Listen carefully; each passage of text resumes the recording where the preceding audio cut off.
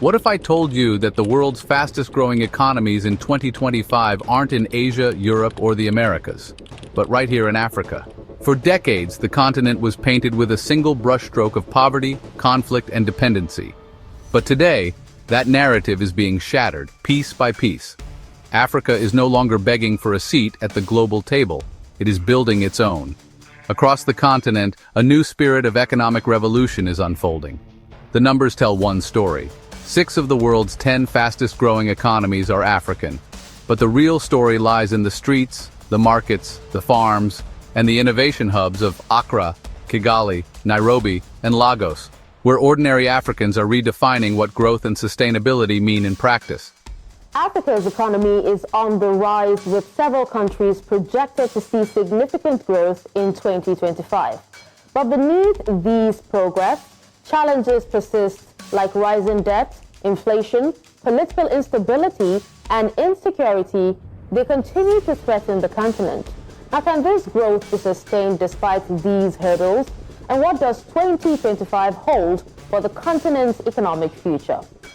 Recent reports from the African Development Bank, Chatham House, UN Africa Renewal, and also a coverage by the Sierra Leone Telegraph all indicate that Africa is poised for continued economic growth in 2025, even as global economic prospects remain subdued.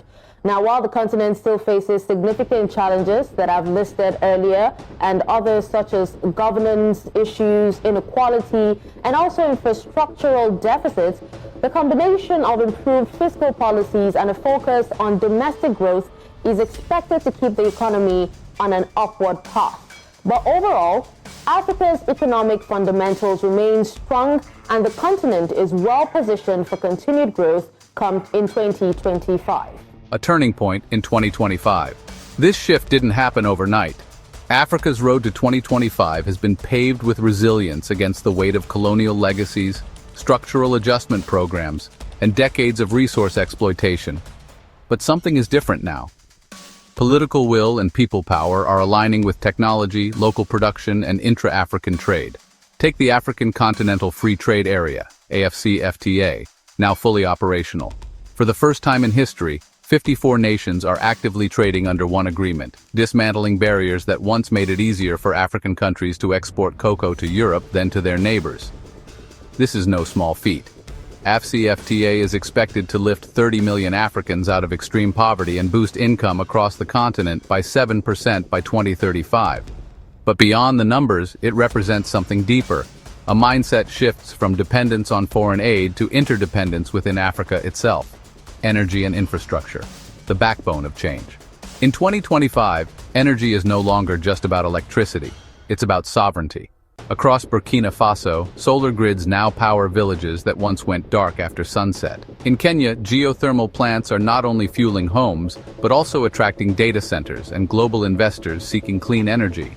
Nigeria, after years of oil dependence, is now diversifying into natural gas, renewable investments, and localized petrochemical industries.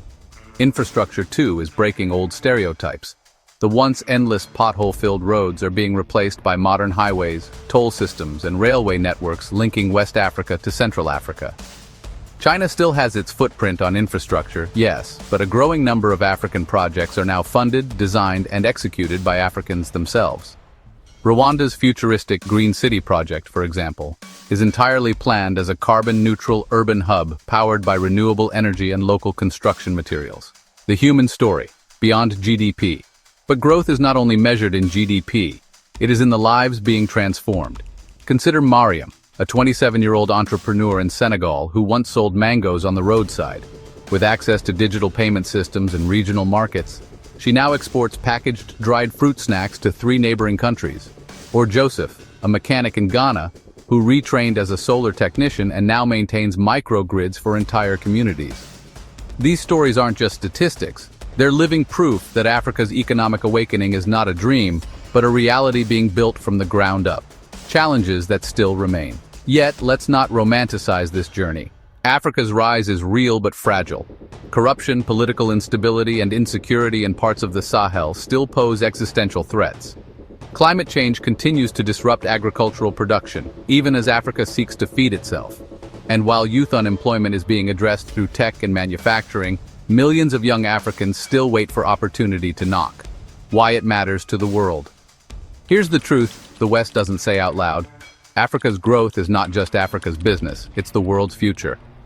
By 2050, 1 in 4 people on Earth will be African. Already, the continent is a critical supplier of cobalt, lithium, and rare earth minerals needed for global electric vehicles and smartphones.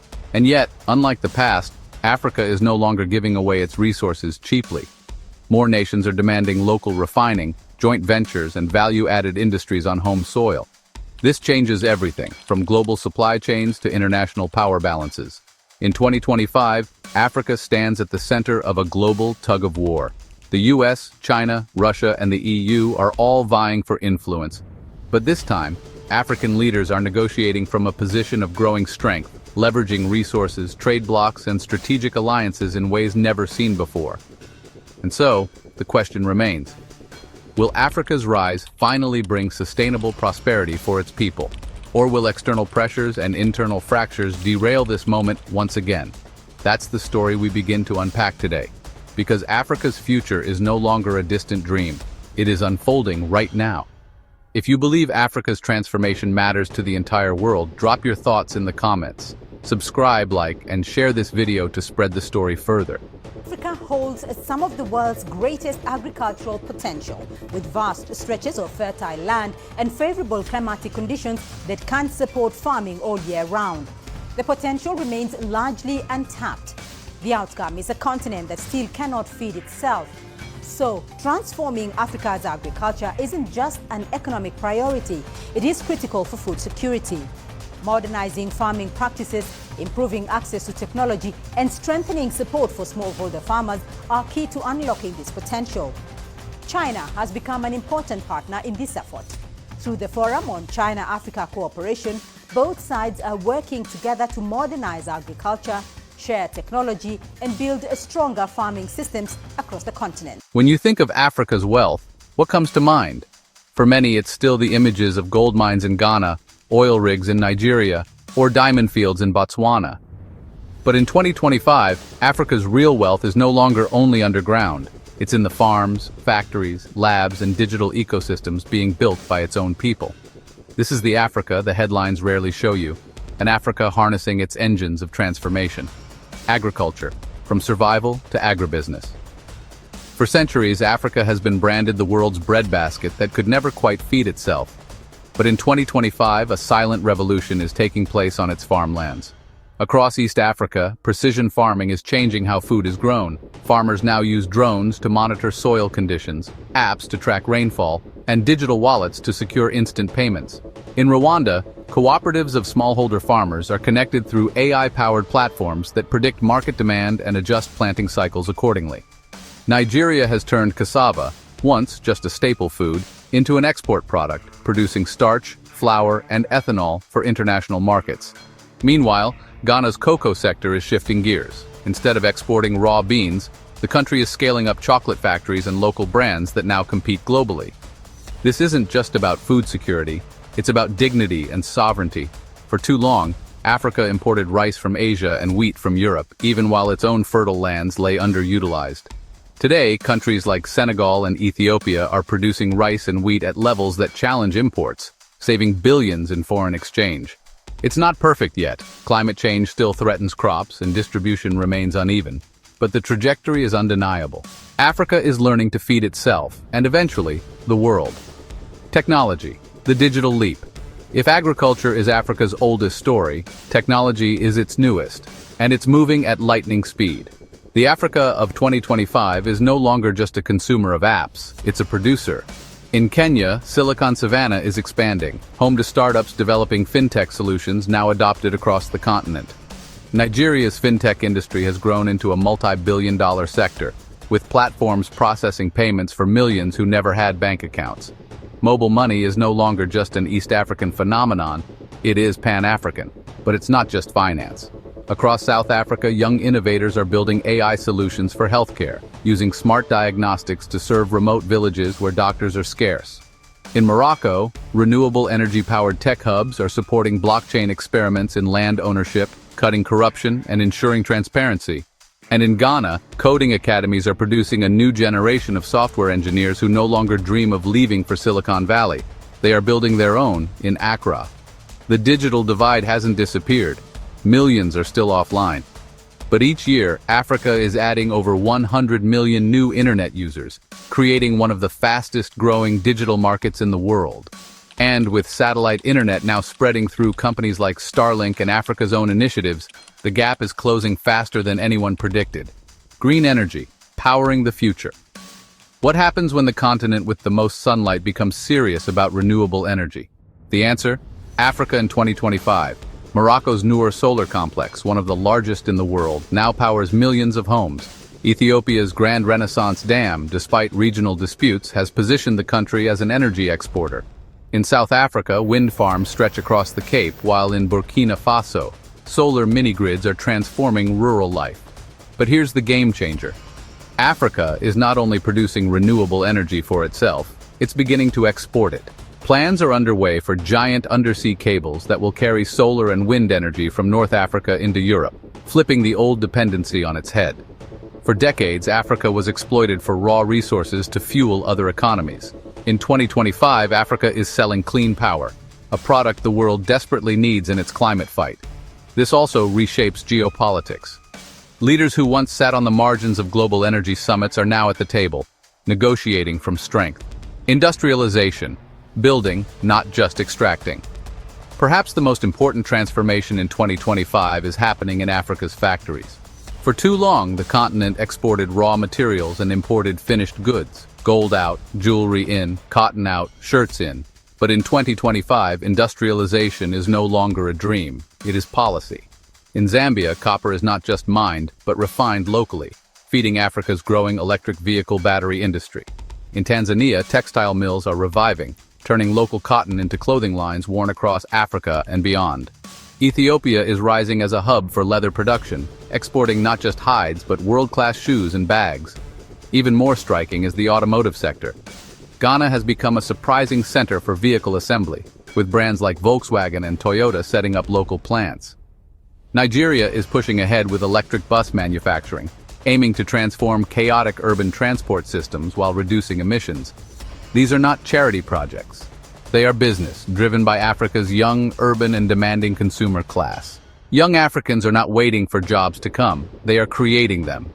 They are launching startups, driving innovation, and demanding accountability from governments. A youthful workforce with a new mindset. At the heart of all these sectors lies Africa's greatest asset, its youth. With a median age of just 19, Africa is the youngest continent on Earth. In 2025, this youthful energy is no longer just a demographic statistic. It's a force shaping economies. And here's the truth. Global companies know it. That's why tech giants, renewable energy firms, and manufacturing brands are racing to establish themselves on African soil, not just for cheap labor, but for access to talent, creativity, and markets that are exploding with potential. But the road is still uneven. This isn't to say Africa has cracked the code entirely. Industrialization faces bottlenecks, power shortages, red tape, and corruption. Technology hubs are booming in some capitals but remain absent in remote regions. Agriculture is advancing, but land disputes and climate shocks still threaten stability. And green energy projects face resistance from entrenched fossil fuel interests. Still, the momentum is clear. Africa is no longer asking if it can industrialize or digitize. It is asking how fast, how deep, and on whose terms. The bigger picture. By 2025, Africa's transformation in these key sectors is shifting the global narrative. No longer just the continent of extraction, Africa is now a continent of production. No longer just a consumer of technology, it is a creator. No longer an energy beggar, it is an energy supplier. The old question was, can Africa rise? The new question is, can the rest of the world keep up? What happens when a continent long dismissed as the world's problem suddenly becomes the world's solution? In 2025, that question is no longer hypothetical, it's reality.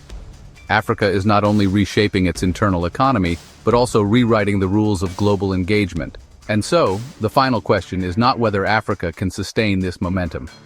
It's whether the world is ready to accept Africa as an equal partner, not a passive player. Because make no mistake, Africa's time is not coming. Africa's time is here. What do you think? Can Africa sustain this momentum, or will old challenges pull it back? Drop your thoughts in the comments, subscribe, like, and share this video to join the conversation.